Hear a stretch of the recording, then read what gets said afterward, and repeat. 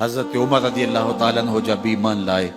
تو آپ نے ایک ایک کافر کے گھر کے دروازے پہ کھڑے ہو کے کہا کہ تم کمزوروں کو مارتے تھے، میں تمہیں بتانے آیا ہوں میں محمد عربی کا نوکر بن گیا۔ بلکہ آپ نے اعلان کیا جس نے اپنی بیوی کو بیوہ اور بچوں کو یتیم کروانا ہو اور اپنے ماں باپ کی کمر کو جھکانا ہو وہ عمر کے مقابلے میں آئے۔ اللہ اکبر۔ زنیرہ نامی ایک خاتون تھی، بہت کمزور، راوی کہتا ہے کہ اس کی ہڈیوں میں گودا نہیں تھا، عشق رسول تھا، اور اس کا ظالم آقا اس کو مارتا ہے، اور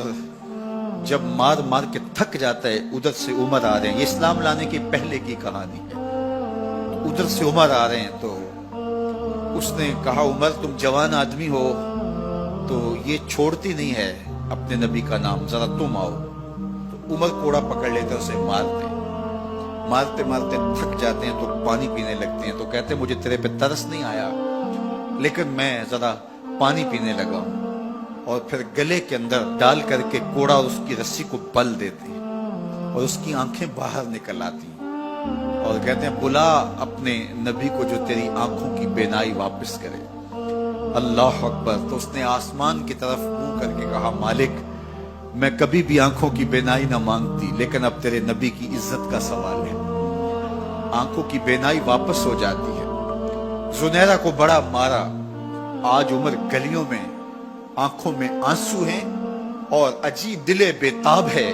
اور کہتے ہیں آؤ بھئی میں حضور کا غلام بن گیا ہوں، تمہیں بتانے آیا ہوں۔ زنیرہ نے موڑ کاٹا تو آگے عمر یہ آواز دے رہے تھے۔ زنیرہ ایک کونے پہ کھڑے ہو کے رو کے کہتی عمر تم تو بڑے اس دن جوش و غضب میں تھے اور تم مارتے ہوئے تھکتے نہیں تھے۔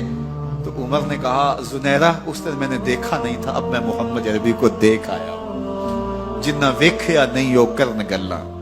جنہ ویکھیا نہیں ہو کرن گلاں، جنہ ویکھیا ہو تے بول دے نہیں، جڑے محرم راز حقیقت دے اور راز حقیقت کھول دے نہیں۔ تو حضرت عمر رضی اللہ تعالیٰ عنہ ایمان لائے۔ حضرت عبداللہ ابن مسعود رضی اللہ تعالیٰ عنہ فرماتے ہیں کہ حضرت عمر کا ایمان لانا مسلمانوں کے لیے عزت کا سبب تھا، ان کا ہجرت کرنا مسلمانوں کی نصرت تھی اور ان کی خلافت مسلمانوں کے لیے رحمت تھی۔ حضرت عمر رضی اللہ تعالی عنہ وہ ہیں کہ میرے حضور نے فرمایا لوگوں جب نیک لوگوں کا ذکر کرو تو میرے عمر کا تذکرہ ضرور کیا کرو۔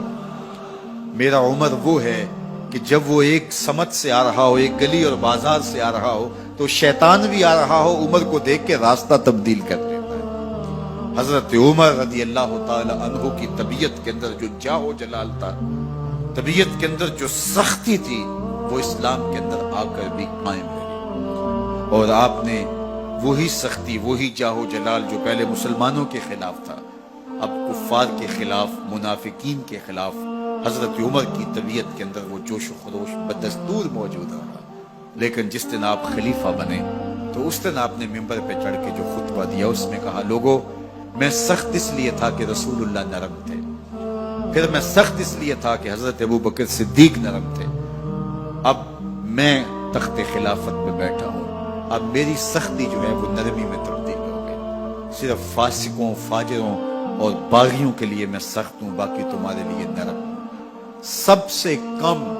جو تنخواہ بیت المال سے اگر کسی وجود نے لی ہے تو وہ حضرت عمر رضی اللہ تعالیٰ عنہ نے صرف 2 جوڑے لیتے تھے سال میں،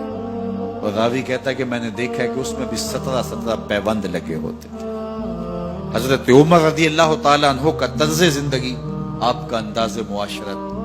اور آپ کا انداز خلافت، ہر